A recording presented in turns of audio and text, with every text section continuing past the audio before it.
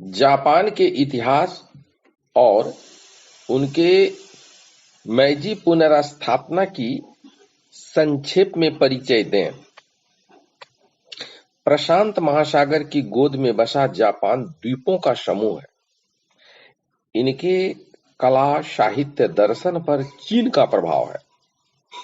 भारत से निकला बौद्ध धर्म चीन और कोरिया होते हुए वहां पहुंचा। 645 ईस्वी से 660 ईस्वी के बीच यामातो राजवंश ने यहाँ के कबीलों की सत्ता नष्ट कर केंद्रीय शासन व्यवस्था स्थापित की।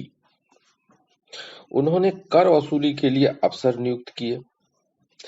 धीरे धीरे यह पद वंशानुगत हो गया। 8वीं से 12वीं सदी के बीच वे सामंत बन गए। स्वतंत्र आर्थिक व्यवस्था, अपना कानून, यहां तक कि अपनी अपनी सेना रखने लगे। राजवंश ने उस पर नियंत्रण रखने के लिए प्रधान सेनापति नियुक्त किया। प्रधान सेनापति को जापान की भाषा में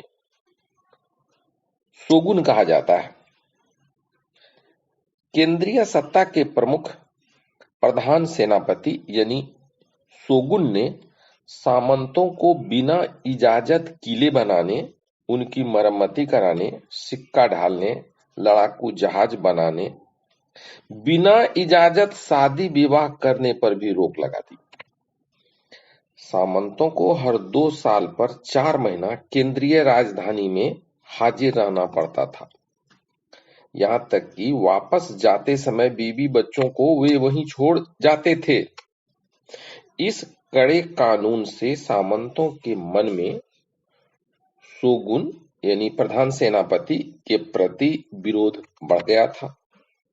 1853 ईस्वी में जब पश्चिम के देश जापान में घुसे तो शोगुन ने उसका कोई विरोध नहीं किया।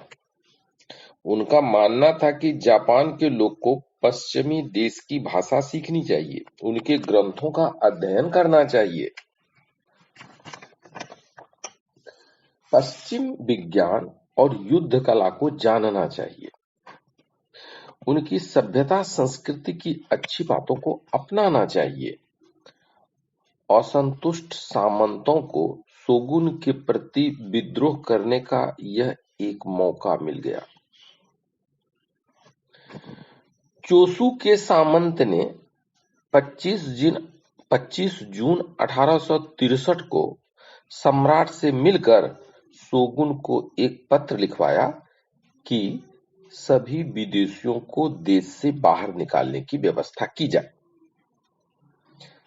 चोसू के सामंत के सैनिकों ने एक अमेरिकी जहाज पर गोलाबारी कर नष्ट कर दिया। अमेरिकियों ने उसके 2 युद्धपोत डुबो दिए तथा किले को घेर कर नुकसान पहुंचाया।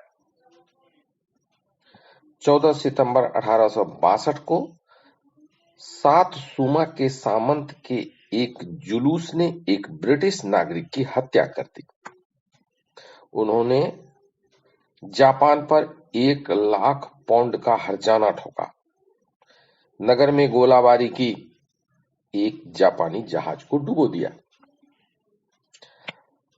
अब चोसू के सामंत और सालसुमा के सामंत दोनों की सेना मिलकर विदेशियों से युद्ध की योजना बनाने लगे।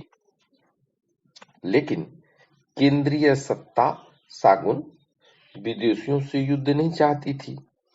इस कारण दोनों के ही आपस में 3 युद्ध हुए। अंत में शोगुन की हार हुई और सदियों से चली आ रही शोगुन शासन का अंत हो गया। समूचे जापान में एक छत्र सम्राट का राज हो गया। सम्राट ने 5 सूत्री एक विधान कायम किया। उसी को मेजी पुनर्स्थापना यानी मेजी बहाली कहते हैं। वे निम्नलिखित हैं। नंबर 1, सभी सरकारी कार्य का निर्णय आम सभा बुलाकर किया जाएगा। ऊंच नीच सभी को एक समान सरकारी योजनाओं का लाभ मिलेगा। तीसरा, सभी की आकांक्षाओं की पूर्ति होगी और कोई असंतुष्ट नहीं होगा। चौथी बात कि रूढ़िवादी असभ्य परंपरा का अंत कर न्याय संगत बातें होंगी। और पांचवी निर्णय, पूरी दुनिया से ज्ञान प्राप्त कर देश की प्रगति की जाएगी। मेजी पुनर्स्थापना में राज्यसभा को 3 सदन में बांटा गया, वाम सदन, दक्षिण सदन और मध्य सदन। तीनों के कार्य क्रमशः कानून बनाना, मंत्रालय चलाना और आम देखभाल थे। सम्राट को राय देने के लिए एक परामर्शदात्री कमेटी बनी थी। इस मेजी पुनर्स्थापना से जापान को अनेक लाभ हुए।